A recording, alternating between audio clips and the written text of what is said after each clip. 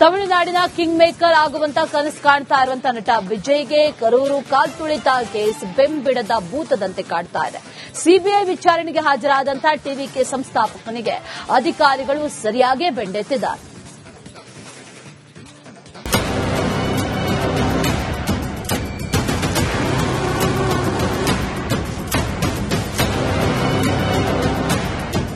ದಳಪತಿ ವಿಜಯ್ ರಾಜಕಾರಣ ಕಾಲ್ತುಳಿತ ದುರಂತ ಸಿನಿಮಾ ಹೀಗೆ ಒಂದಿಲ್ಲೊಂದು ವಿಷಯಕ್ಕೆ ವಿಜಯ್ ಸುದ್ದಿಯಲ್ಲಿದ್ದಾರೆ. ತಮಿಳುನಾಡಿನಲ್ಲೇ ರಾಜಕೀಯ ಕ್ರಾಂತಿ ಮಾಡಬೇಕು ಎಂದು ಟಿವಿಕೆ ಪಕ್ಷ ಕಟ್ಟಿದಾಗ ಸಂಚಲನ ಸೃಷ್ಟಿಯಾಗಿತ್ತು.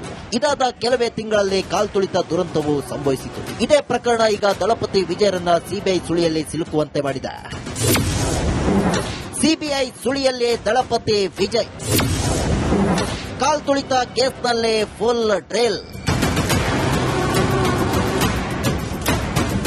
ಕರೂರು ಕಾಲ್ತುಳಿತ ದುರಂತದಲ್ಲಿ 41 ಜನರ ಜೀವ ಹೋಗಿತ್ತು. ಈ ಕರಾಳ ಘಟನೆ ವಿಜಯ್ ರಾಜಕೀಯ ಜೀವನದ ಪ್ರಾರಂಭದಲ್ಲೇ ದೊಡ್ಡ ಕಪ್ಪು ಚುಕ್ಕೆ ಆಯಿತು. ಇದೀಗ ತಮಿಳುನಾಡು ವಿಧಾನಸಭೆ ಚುನಾವಣೆ ಬೇರೆ ಹತ್ತಿರವಾಗ್ತಿದ್ದಂತೆ ದಳಪತಿಗೆ ಕಾಲ್ತುಳಿತ ಕೇಸ್ ಕಂಟಕವಾಗ್ತಿದೆ. ಸಿಬಿಐ ತನಿಖೆ ಚುರುಕಾಗಿದ್ದು ಇಂದು ವಿಜಯ್ ದೆಹಲಿಯಲ್ಲಿ ವಿಚಾರಣೆಗೆ ಹಾಜರಾಗಿದ್ರು. ಸತತ 6 ಗಂಟೆ ವಿಜಯ್ ವಿಚಾರಣೆ. ಪ್ರಕರಣವನ್ನ ಗಂಭೀರವಾಗಿ ಪರಿಗಣಿಸಿರೋ ಸಿಬಿಐ ಎಲ್ಲ ಆಯಾಮದಲ್ಲೂ ತನಿಖೆ ನಡೆಸಿದ.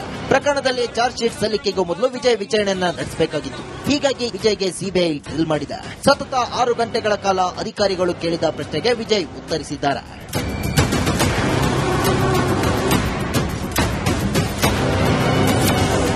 ಸಿಬಿಐ ವಿಚಾರಣೆಯಲ್ಲಿ ವಿಜಯ್ಗೆ ಸಾಲು ಸಾಲು ಪ್ರಶ್ನೆಗಳನ್ನ ಕೇಳಲಾಗಿದೆ. ಬರೋಬ್ಬರಿ 6 ಗಂಟೆಗಳ ಕಾಲ ವಿಚಾರಣೆ ನಡೆಸಲಾಗಿದೆ. ರ್ಯಾಲಿ ಸ್ಥಳಕ್ಕೆ 7 ಗಂಟೆ ತಡವಾಗಿ ಬಂದಿದ್ದೇಕೆ? ಹೆಚ್ಚು ಸಂಖ್ಯೆಯಲ್ಲಿ ಜನ ಸೇರುವ ಬಗ್ಗೆ ಮಾಹಿತಿ ಇರಲಿಲ್ವಾ? ಜನರಿಗೆ ನೀರಿನ ವ್ಯವಸ್ಥೆ ಹಾಗೂ ಆಹಾರ ವ್ಯವಸ್ಥೆ ಮಾಡಿಲ್ಲ ಯಾಕೆ? ಪೊಲೀಸರ ಸೂಚನೆಗಳನ್ನು ಮೀರಿದ್ದೇಕೆ? ಹೀಗೆ ಸಾಲು ಸಾಲು ಪ್ರಶ್ನೆಗಳನ್ನ ವಿಜಯ್ಗೆ ಸಿಬಿಐ ಅಧಿಕಾರಿಗಳು ಕೇಳಿದ್ದಾರೆ.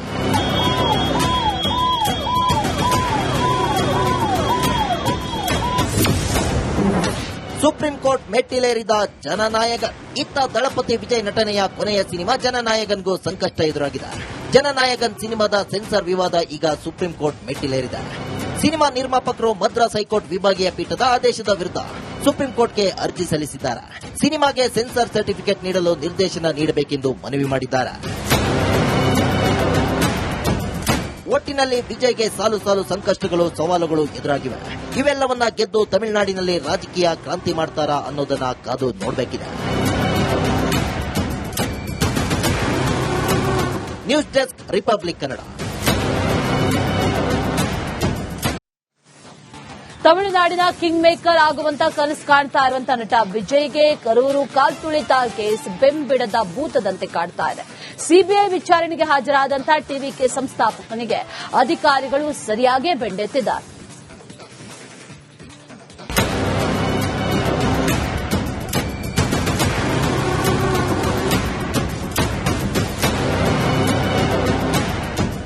ದಳಪತಿ ವಿಜಯ್ ರಾಜಕಾರಣ ಕಾಲ್ತುಳಿತ ದುರಂತ ಸಿನಿಮಾ ಹೀಗೆ ಒಂದಿಲ್ಲೊಂದು ವಿಷಯಕ್ಕೆ ವಿಜಯ್ ಸುದ್ದಿಯಲ್ಲಿದ್ದಾರೆ. ತಮಿಳುನಾಡಿನಲ್ಲೇ ರಾಜಕೀಯ ಕ್ರಾಂತಿ ಮಾಡಬೇಕು ಎಂದು ಟಿವಿಕೆ ಪಕ್ಷ ಕಟ್ಟಿದಾಗ ಸಂಚಲನ ಸೃಷ್ಟಿಯಾಗಿತ್ತು. ಇದಾದ ಕೆಲವೇ ತಿಂಗಳಲ್ಲಿ ಕಾಲ್ತುಳಿತ ದುರಂತವು ಸಂಭವಿಸಿತು. ಇದೇ ಪ್ರಕರಣ ಈಗ ದಳಪತಿ ವಿಜಯರನ್ನ ಸಿಬಿಐ ಸುಳಿಯಲ್ಲಿ ಸಿಲುಕುವಂತೆ ಮಾಡಿದೆ. ಸಿಬಿಐ ಸುಳಿಯಲ್ಲೇ ದಳಪತಿ ವಿಜಯ್ ಕಾಲ್ತುಳಿತ ಕೇಸ್ನಲ್ಲೇ ಫುಲ್ ಟ್ರೇಲ್. ಕರೂರು ಕಾಲ್ತುಳಿತ ದುರಂತದಲ್ಲಿ 41 ಜನರ ಜೀವ ಹೋಗಿತ್ತು. ಈ ಕರಾಳ ಘಟನೆ ವಿಜಯ್ ರಾಜಕೀಯ ಜೀವನದ ಪ್ರಾರಂಭದಲ್ಲೇ ದೊಡ್ಡ ಕಪ್ಪು ಚುಕ್ಕೆ ಆಯಿತು. ಇದೀಗ ತಮಿಳುನಾಡು ವಿಧಾನಸಭೆ ಚುನಾವಣೆ ಬೇರೆ ಹತ್ತಿರವಾಗ್ತಿದ್ದಂತೆ ದಳಪತಿಗೆ ಕಾಲ್ತುಳಿತ ಕೇಸ್ ಕಂಟಕವಾಗ್ತಿದೆ.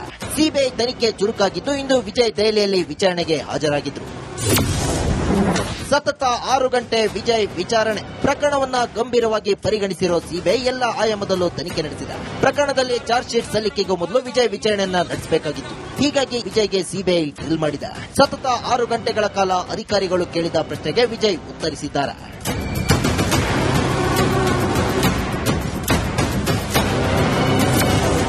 ಸಿಬಿಐ ವಿಚಾರಣೆಯಲ್ಲಿ ವಿಜಯ್ಗೆ ಸಾಲು ಸಾಲು ಪ್ರಶ್ನೆಗಳನ್ನ ಕೇಳಲಾಗಿದೆ.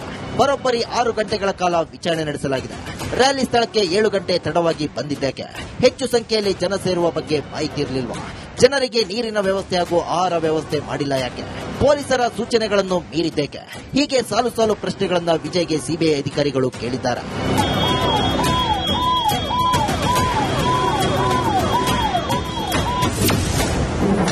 ಸುಪ್ರೀಂ ಕೋರ್ಟ್ ಮೆಟ್ಟಿಲೇರಿದ ಜನನಾಯಕ.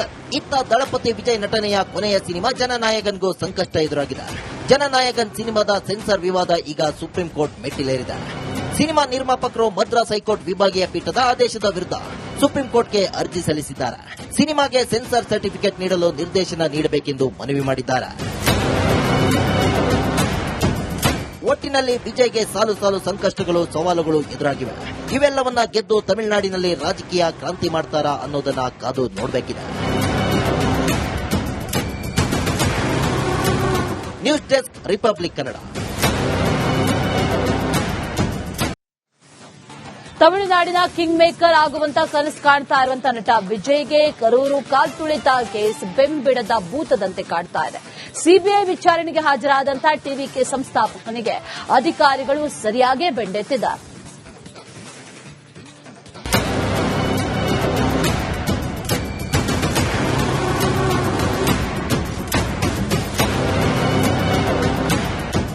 ದಳಪತಿ ವಿಜಯ್ ರಾಜಕಾರಣ, ಕಾಲ್ತುಳಿತ ದುರಂತ, ಸಿನಿಮಾ ಹೀಗೆ ಒಂದಿಲ್ಲೊಂದು ವಿಷಯಕ್ಕೆ ವಿಜಯ್ ಸುದ್ದಿಯಲ್ಲಿದ್ದಾರೆ. ತಮಿಳುನಾಡಿನಲ್ಲಿ ರಾಜಕೀಯ ಕ್ರಾಂತಿ ಮಾಡಬೇಕು ಎಂದು ಟಿವಿಕೆ ಪಕ್ಷ ಕಟ್ಟಿದಾಗ ಸಂಚಲನ ಸೃಷ್ಟಿಯಾಗಿತ್ತು.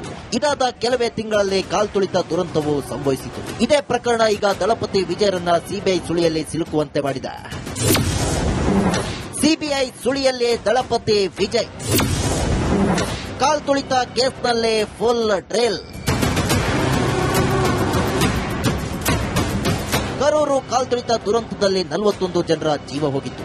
ಈ ಕರಾಳ ಘಟನೆ ವಿಜಯ್ ರಾಜಕೀಯ ಜೀವನದ ಪ್ರಾರಂಭದಲ್ಲೇ ದೊಡ್ಡ ಕಪ್ಪು ಚುಕ್ಕೆ ಆಯಿತು. ಇದೀಗ ತಮಿಳುನಾಡು ವಿಧಾನಸಭೆ ಚುನಾವಣೆ ಬೇರೆ ಹತ್ತಿರವಾಗ್ತಿದ್ದಂತೆ ದಳಪತಿಗೆ ಕಾಲ್ತುಳಿತ ಕೇಸ್ ಕಂಟಕವಾಗ್ತಿದೆ. ಸಿಬಿಐ ತನಿಖೆ ಚುರುಕಾಗಿದ್ದು ಇಂದು ವಿಜಯ್ ದೆಹಲಿಯಲ್ಲಿ ವಿಚಾರಣೆಗೆ ಹಾಜರಾಗಿದ್ರು.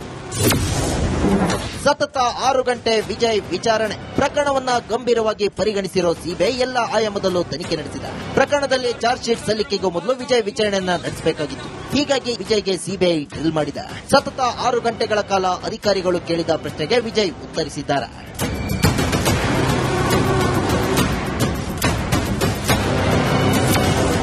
ಸಿಬಿಐ ವಿಚಾರಣೆಯಲ್ಲಿ ವಿಜಯ್ಗೆ ಸಾಲು ಸಾಲು ಪ್ರಶ್ನೆಗಳನ್ನ ಕೇಳಲಾಗಿದೆ. ಬರೋಬ್ಬರಿ 6 ಗಂಟೆಗಳ ಕಾಲ ವಿಚಾರಣೆ ನಡೆಸಲಾಗಿದೆ. ರ್ಯಾಲಿ ಸ್ಥಳಕ್ಕೆ 7 ಗಂಟೆ ತಡವಾಗಿ ಬಂದಿದ್ದೇಕೆ? ಹೆಚ್ಚು ಸಂಖ್ಯೆಯಲ್ಲಿ ಜನ ಸೇರುವ ಬಗ್ಗೆ ಮಾಹಿತಿ ಇರಲಿಲ್ವಾ? ಜನರಿಗೆ ನೀರಿನ ವ್ಯವಸ್ಥೆ ಹಾಗೂ ಆಹಾರ ವ್ಯವಸ್ಥೆ ಮಾಡಿಲ್ಲ ಯಾಕೆ? ಪೊಲೀಸರ ಸೂಚನೆಗಳನ್ನು ಮೀರಿದ್ದೇಕೆ? ಹೀಗೆ ಸಾಲು ಸಾಲು ಪ್ರಶ್ನೆಗಳನ್ನ ವಿಜಯ್ಗೆ ಸಿಬಿಐ ಅಧಿಕಾರಿಗಳು ಕೇಳಿದ್ದಾರೆ.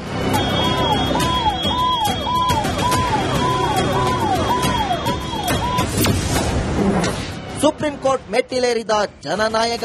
ಇತ್ತ ದಳಪತಿ ವಿಜಯ್ ನಟನೆಯ ಕೊನೆಯ ಸಿನಿಮಾ ಜನನಾಯಕನ್ಗೂ ಸಂಕಷ್ಟ ಎದುರಾಗಿದೆ. ಜನನಾಯಕನ್ ಸಿನಿಮಾದ ಸೆನ್ಸಾರ್ ವಿವಾದ ಈಗ ಸುಪ್ರೀಂ ಕೋರ್ಟ್ ಮೆಟ್ಟಿಲೇರಿದೆ. ಸಿನಿಮಾ ನಿರ್ಮಾಪಕರು ಮದ್ರಾಸ್ ಹೈಕೋರ್ಟ್ ವಿಭಾಗೀಯ ಪೀಠದ ಆದೇಶದ ವಿರುದ್ಧ ಸುಪ್ರೀಂ ಕೋರ್ಟ್ಗೆ ಅರ್ಜಿ ಸಲ್ಲಿಸಿದ್ದಾರೆ. ಸಿನಿಮಾಗೆ ಸೆನ್ಸಾರ್ ಸರ್ಟಿಫಿಕೇಟ್ ನೀಡಲು ನಿರ್ದೇಶನ ನೀಡಬೇಕೆಂದು ಮನವಿ ಮಾಡಿದ್ದಾರೆ. ಒಟ್ಟಿನಲ್ಲಿ ವಿಜಯ್ಗೆ ಸಾಲು ಸಾಲು ಸಂಕಷ್ಟಗಳು, ಸವಾಲುಗಳು ಎದುರಾಗಿವೆ. ಇವೆಲ್ಲವನ್ನ ಗೆದ್ದು ತಮಿಳುನಾಡಿನಲ್ಲಿ ರಾಜಕೀಯ ಕ್ರಾಂತಿ ಮಾಡ್ತಾರಾ ಅನ್ನೋದನ್ನ ಕಾದು ನೋಡಬೇಕಿದೆ. News desk, Republic Kannada.